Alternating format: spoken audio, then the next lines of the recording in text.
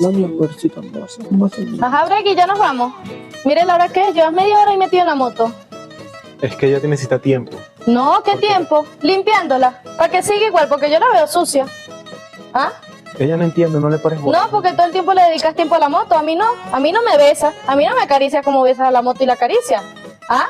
No le- Vive más en el taller que fuera del taller. No le escuches, no le escuches. Vámonos pues. Después que le dices eso, si te quieres decir No, que te va a vámonos. gustar. Muévalo. Ah, después que tú dices eso, después que me la tratas mal, no escuches, mi amor, oíste, no escuches, Carmelita, no escuches. No escuches, mami. No le pares bola. Pobre moto. ¿Y por qué te vamos Ajá, ¿y por qué te vas a ir? Vámonos. No Nos vamos a ir en esta. ¿Cómo que no? Porque sí. No. No vamos Esa a- moto no sirve.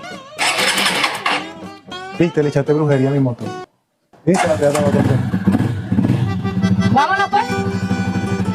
Muévalo.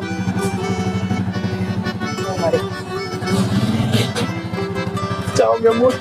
Chao, mi vida.